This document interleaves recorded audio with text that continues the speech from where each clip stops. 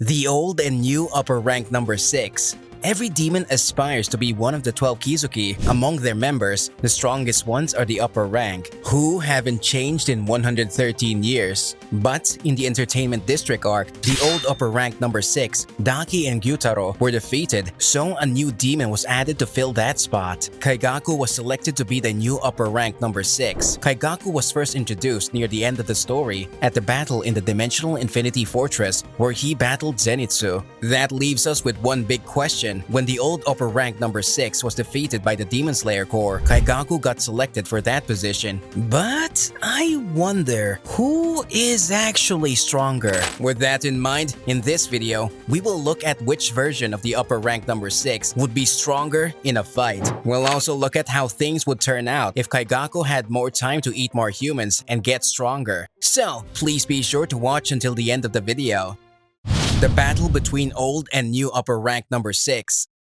First, let's take a look at their strengths and the way they fight as portrayed in the manga. Daki and Gyutaro are both part of a single demon. They fight in combination, with Daki using blood demon art to control her belt, which is called an obi, and Gyutaro attacking powerfully with the sickle and poisons. Not only are both of them fairly strong, but Gyutaro can also control Daki and fight with her. Kaigaku fights with a sword that was made from his own flesh. But he also fights with thunder breathing, which he learned when he was a member of the Demon Slayer Corps, as well as blood demon arts. Although it's not mentioned in the manga, one of the characteristics of his blood demon art is cracking. When he fights, everything he attacks gets cracked open. During the battle in the Dimensional Infinity Fortress, Zenitsu was hit by one of Kaigaku's attacks, and so his skin started to crack. Daki and Gyutaro versus Kaigaku. Abilities. Looking at all three demons, we can see that their abilities are all quite troublesome for their opponents. If the question was just one of strength, Daki and Gyutaro would probably be able to win the fight. Not only can Daki's obi attack from a long distance, but Gyutaro's sickle can spread poison to his enemies in a wide area. Together with that, like we already said, Gyutaro can control Daki on the battlefield. So, because there's a simple numeric advantage, if the two take to the battlefield, Kaigaku would not stand a chance. Of course, the obi and sickle can attack a person directly, but what makes the sickle attack worse is its poison. As for Kaigaku, he seems to have become a demon while Zenitsu was training to become a pillar. It seems that he has not been a demon for very long, so he hasn't eaten as many humans as Gyutaro. Because of that, Kaigaku simply does not have the same power, so it would take him a while to recover if he gets poisoned by Gyutaro. It's also the case that Kaigaku only became an upper rank demon because the position was vacant, and he was recognized for his potential in the future. His current level of power is not up to what it should be to be an upper rank demon. So, as you can see, Kaigaku stands no chance if Daki and Gyutaro were to fight him at the same time. Because Kaigaku didn't have much experience being an upper rank demon, the difference in power between him and the pair makes the fight nearly impossible for him. So, what would happen if he were to fight them one at a time? Daki versus Kaigaku.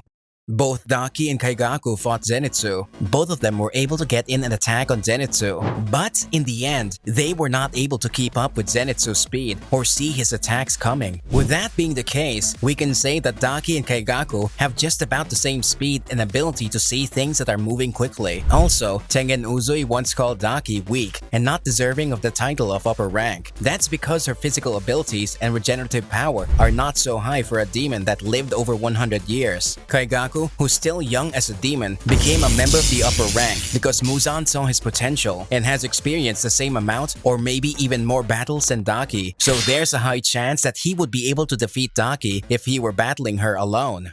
Gyutaro versus Kaigaku.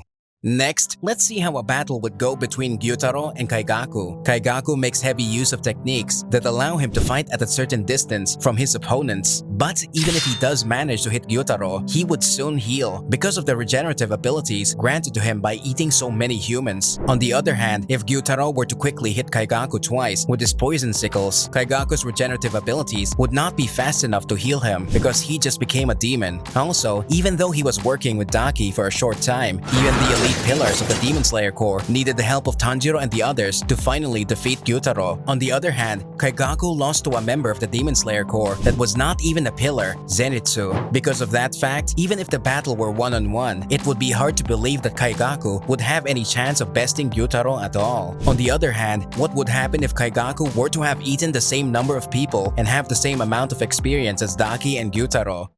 What if Kaigaku were stronger?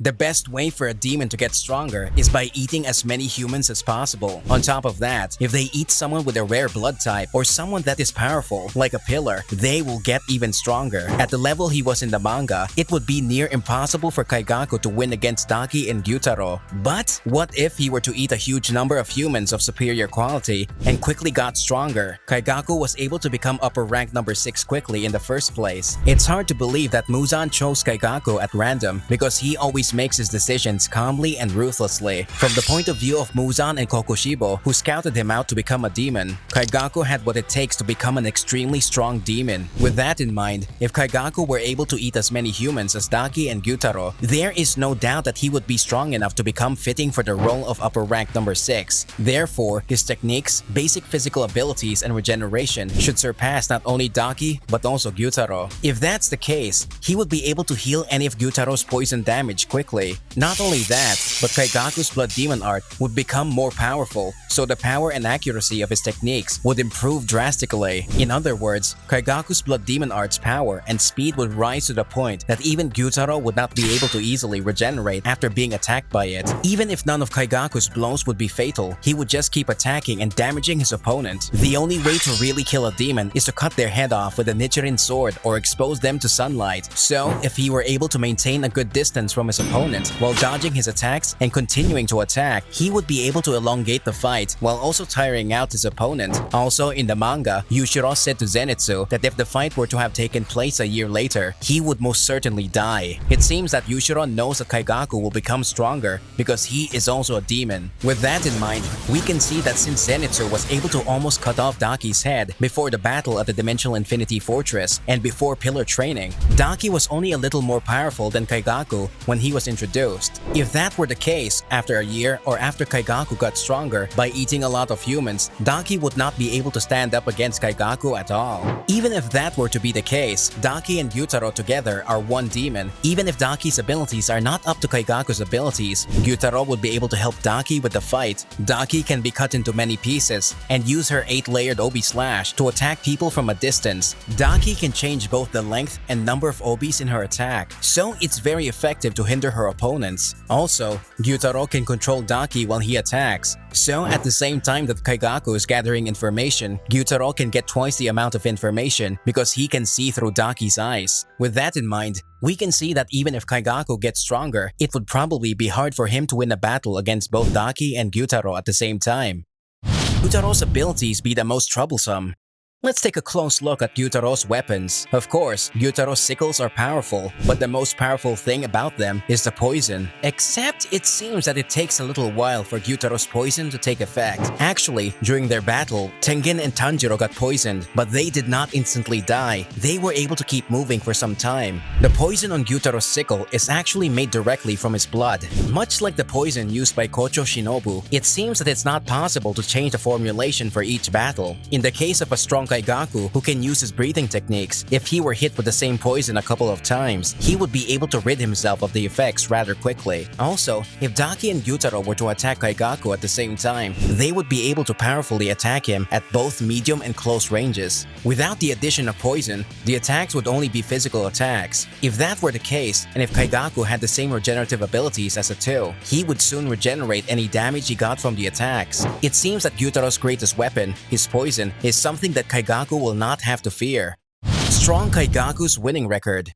Since Kaigaku is good at medium-range attacks, attacks from Daki and Gyutaro would not damage him fatally if he battles from a good distance. Also, the poison, which is supposed to be a terrible weapon, is not anything Kaigaku has to worry about. On the other hand, if Kaigaku even scratches Daki or Gyutaro with an attack, they would not be able to deal with the cracking, so they would have to fight carefully. If they do get hit by an attack, they would have to take a long time to regenerate that damage. Of course, Kaigaku would take advantage of the fact that they are regenerating and attack attack them before they could finish. Also, if Kaigaku were to eat so many people that he would become as powerful as Gyutaro, Daki would just get in Gyutaro's way during their fight. Because it would take some time to regenerate after Kaigaku causes cracks, we think it would not be hard for Kaigaku to win the battle. Of course, that is only the case if Kaigaku were to eat a lot of humans and get stronger. With all of that in mind, we can see that even if Daki and Gyutaro were not killed, Kaigaku would probably get promoted to upper rank after just a little time. That's it for our video on the old and new upper rank number 6. If Kaigaku were to remain the same strength that he was in the manga, he would not be able to defeat old upper rank number 6 and would have no chance against any of the other upper rank demons. He also would not have become a member of the upper rank if Daki and Gyutaro had not been defeated. The only way for Kaigaku to have become an upper rank member of his own abilities would have been for him to eat lots of humans and work on becoming stronger. Personally, it looks to me like Kaigaku does not like to work hard, so I don't think he would have ever gotten that promotion on his own merits. I guess the only thing we can say for Kaigaku is that he was very lucky to have been able to become a member of the upper rank as he was. If Kaigaku were to continue to eat humans, how long do you think he would take until he was at the same level as Daki and Gyutaro? Please let us know what you think in the comments. Thank you for watching to the end of the video. We will be uploading more surprising videos on Kimetsu no Yaiba soon, so please be sure to subscribe to our channel so you don't miss a thing. See you next time!